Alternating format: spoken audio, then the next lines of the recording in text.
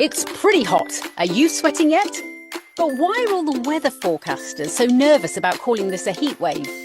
And why is it that the sun is waking Joe up before me? Hello and welcome to Square Raindrop. I'm Joe Wheeler. And I'm Steff Golter.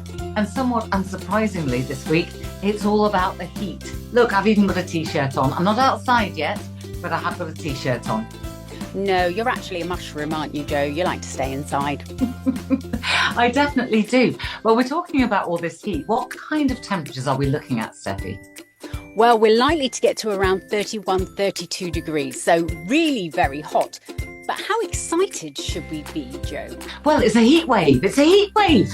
Oh, don't say it's a heat wave. Don't say it's a heat wave. Because it might not be. The definition of a heat wave is so very specific that I might have a heat wave, but a mile down the road they might not. How come? Well, the Met Office have a very strict definition of what a heat wave is. So they have 4 distinct areas. Around the London area and the southeast, you have to get to 28 degrees. Just a little bit bigger than that, in the bright reds, is 27. Then a little bit wider, we've got 26, and then the rest of us, 25. So very specific numbers, but you don't just have to get to that temperature once. You have to get to it 3 times, 3 days in a row, and they have to be consecutive. So if it was here and we got to, say, 27 degrees on, say, Thursday, Friday and Sunday, is that a heat wave, Joe? No, not if Saturday was like 2 degrees. And if I got to about 28 degrees on, say, Thursday and Friday, Saturday I didn't, but a mile down the road they did, would that be a heat wave for me, Joe? Not unless it's in the same area. Exactly. And that's why some of us might see a heat wave. But we're not all going to be allowed to call it a heat wave because we're not all going to get into the right category for 3 days running. And we've yet to see what happens anyway, but it does look like it's going to be fairly warm and warm at night as well. Some tropical nights to come. Yes, the worst of the heat overnight is likely to be Friday night and again on Saturday night. So very uncomfortable. And then on the Sunday, hopefully a little bit of a respite. But how excited should we be about the temperatures getting to 30 degrees? Well, maybe not quite as excited as we actually are, Joe, because they tend to get to 30 degrees quite a lot in June, don't they? Well, yes. I mean, on Saturday, it's the 21st. It's the summer solstice, the longest day of the year. And for most people, what they consider to be the first day of summer. So absolutely not strange at all. No, that's right. For the last 10 years, we've got to 30 degrees at some point in June every year, except for a couple. So it's becoming quite normal, really, for us to get to 30 degrees. People like you aren't too keen. People like me, I'm quite enjoying it, if I'm honest. I'm still staying inside. I don't like the heat that much. But what's quite interesting is obviously Spain, Portugal, they've seen a lot of very warm weather recently. Very warm. It's been over 40. Even I would class that as hot. Okay, yeah, a bit warm. It's coming up. So that warm air is coming up from the south. But in actual fact, what gives the absolute kick to our weather isn't coming from the south at all. Really? Where's it coming from then, Arjo? Well, now I was listening to the Met Office and the chief forecaster who explained it all in great detail. You'll have to go and have a look at their YouTube channel to find out exactly what happened. But in actual fact, the air is originating from Labrador, just south of Greenland. That's not somewhere I'd associate with being warm. No, well, he explains it really well, and I'm not even going to try. So if you really want to know where this warm air comes from and why it's so warm, yeah, go and take a look at that because it's well worth a watch. But for most people, summer proper starts on Saturday, the 21st of June. Yes, except I've been saying it starts on the 1st of June. And I tell my kids it's the 1st of June because I don't like doing really difficult statistics. I like summer to be from all of June, all of July and all of August because it's simple. If you use the solstice, it kind of changes every year, makes things really hard. Okay, fair enough. I'll take that. Now, do you know, I was asked by somebody just recently about sunrise and sunset north to south in this country, and I suffered a complete and utter brain drain. I can't tell you how much. Now I was going, but hang on a second, you live in the south, so you get more like, no, you don't. No, sorry, because Scotland barely goes dark in the summer, so therefore you get, and I got lost with it. Please, Steffi, explain it in simple terms.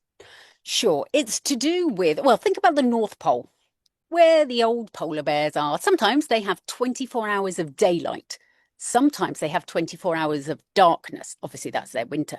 So it depends on what season it is. So in the summer, when the North Pole is going to have 24 hours of daylight, the further north you go, the longer the daylight hours are. So from south to north in the UK, there's actually quite a big difference between when your daylight starts and how long your day is. There's quite a big difference. And if you're going east to west, well, obviously the sun rises from the east.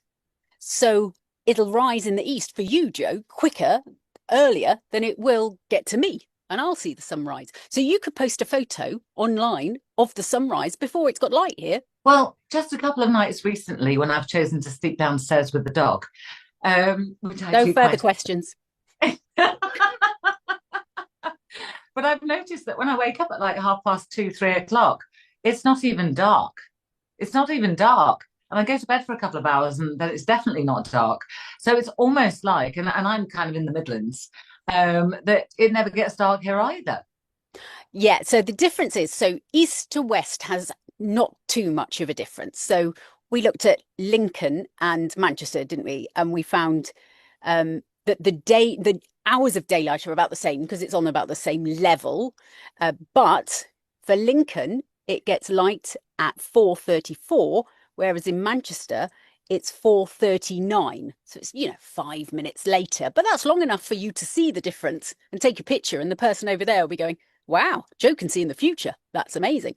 But the difference between, say, Plymouth and Edinburgh is massive. So it will get light in Edinburgh at 4:26, and for Plymouth, it's 5:04. Could you tell I couldn't find where I wrote it on this bar map? I was waiting. I've got the figures written down. I could have told you, but go on then. Go on then, Arjo. You tell me. So unravel my mystery chicken scratches. How many hours of daylight would I have if I lived in Edinburgh at the moment? Well, we haven't looked at sundown. In Edinburgh, it'd be 22:02. In Plymouth, 21:30. So, I mean, that's a good, half hour or so difference. So for Edinburgh, you'll have 17.36 hours of 17 and 36 minutes. Yes. Yes, that's what I meant. 17 and 36 minutes. Whereas in Plymouth, 16 and 25. So, I mean, that's a good hour 10. That's an hour and, nearly an hour 10. That's amazing. That's, and everybody thinks of the UK as a really small place. And yet we've got all the accents that change every 5 minutes when you go down the road. And we've got the temperature, the sunshine and the length of day changing. We absolutely have. The funny thing is, with my etiquette hat on, as you know, I've been involved in etiquette in the past. And Did they throw you out? Sorry? Did they throw you out? Yeah, I think they did actually. That was unkind of you to say. But anyway, the fact matter is people in the south eat later. I thought because they had light later, but that's not the case. They had the money for candles or electric light. And that's why they ate later to kind of boast about it. Whereas people through the Midlands and the North ate whilst there was daylight. And that's kind of what baffled me, because I was thinking, but the south doesn't have more daylight. It's lighter up in the north through the summer. So this is where I got brain baffled. Well, I have to say, Joe, you're a fountain of knowledge. I did not know anything about that before. I didn't know that we ate later than our northern friends, and I had no idea why. There you go. Every day's a school day. Well, yes, and it was all to do with social status. But obviously, I looked through my history, though, I have to say, Joe, and we're all servants. Oh, were you? You won't be surprised to hear. We weren't the manor owners. We just went in and swept. Never mind, hey. Things have changed, Steffi. Now you've got a servant. You've got Trevor who trundles around behind you, serving your every need, as long as it's only cutting grass. Yes, that is true. Well, it was just this morning that the Met Office issued a press release, which kind of said that there's a 50-50 chance that in the next 12 years, we will see more summer days of 40 Celsius. Now, the highest temperature recorded anywhere ever, I think, was 40.3 at Coningsby, which isn't that far from me. So am I crossing my fingers this weekend? Oh, I don't think we're going to be that high at all, Jo. You don't need to worry about that.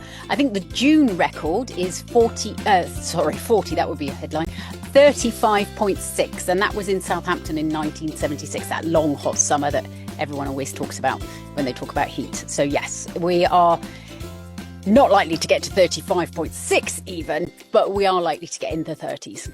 Well, looking back at why we've got these really high temperatures, not just the warm air from the south, but this little kick from south of Greenland is going to be very, very interesting. And we're going to be all over it over the next few days. Not just square raindrop, I think everybody's going to be looking at it and watching with huge enthusiasm. Yes, and you can always keep up to date by tuning into the latest Square Raindrop. We're on YouTube, that's our biggest outlet. So check out our channel, we're at Square Raindrop there, SQ Raindrop. I don't know why I didn't choose Square Raindrop, but there we go. And X is Square Raindrop, and everywhere else was Square Raindrop because we like to confuse you.